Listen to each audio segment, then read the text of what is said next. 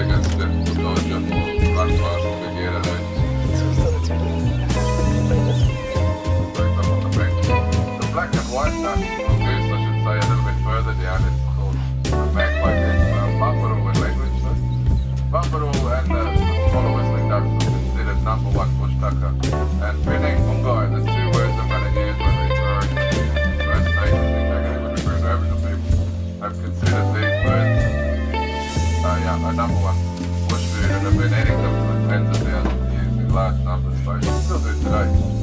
But you only ever harvest when they're at their best place. You know, this rule has been in place for thousands of years, so you won't consider dirty underbelly to themselves.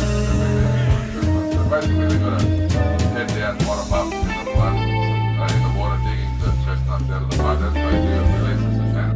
So what's happening, that's the husband folks, and that's his two wives over here. These boy away. If you ever look a bit further down, there's three in the sunlight. So they're nearly always in trouble. Very rarely do you see magpie girls that when they're in pairs, the girls lay lots of eggs and they leave themselves short. The survival rate is awful, they leave themselves short. They've got no energy left, so that guy will harvest those.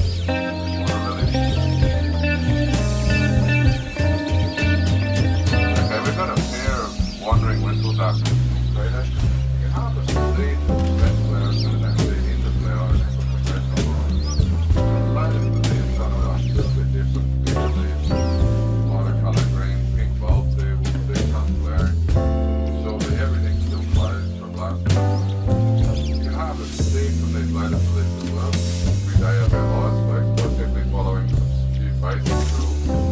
We can do it and come home again. So a perfect example, you drive a motor car up here at 130 kilometres an hour plus someone else doing 130 kilometres an hour. It's really dangerous, folks, but whatever you're following the rules of the fleet. So there's been a whole lot.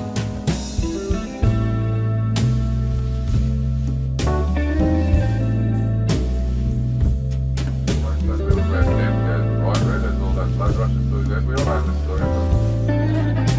And till spotting, perhaps checked out, he'll grow them up, you'll see them fly.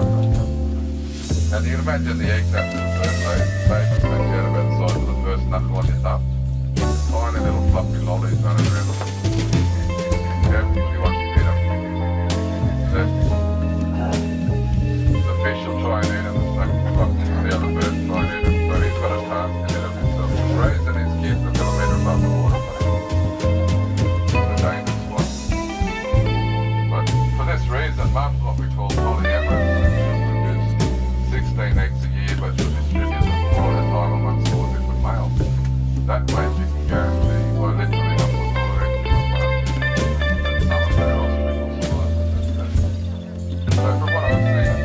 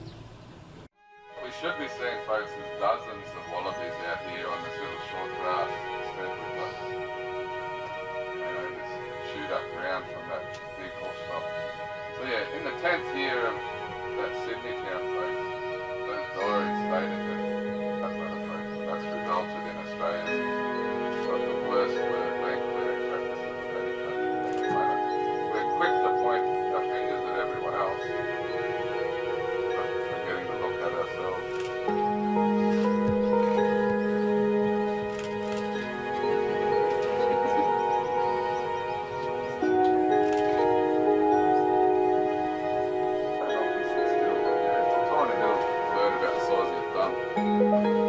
Yeah, I'll be able to get closer to it. It's actually sitting still, so there's a whole lot of new growth on that mangrove above the vines. And it's sitting on a bit, but it's actually sitting still, so there's a whole lot of new growth on that. Yeah, yeah.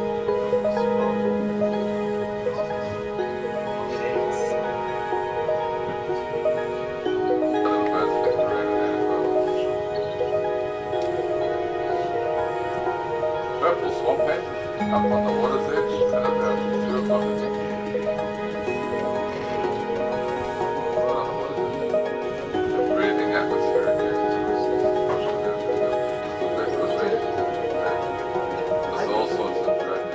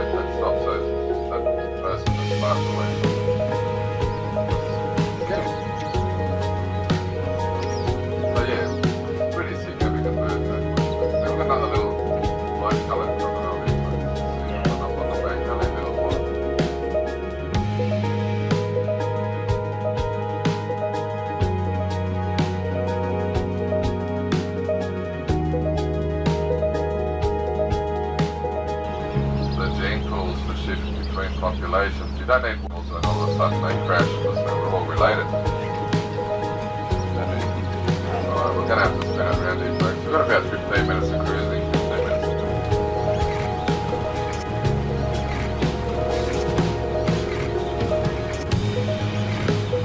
Some of them they're dancing.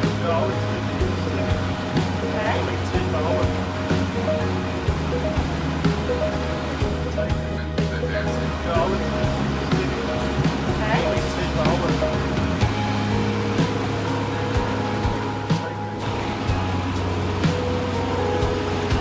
Sorry, bro, for that. Right, let's go. We don't have to stop now.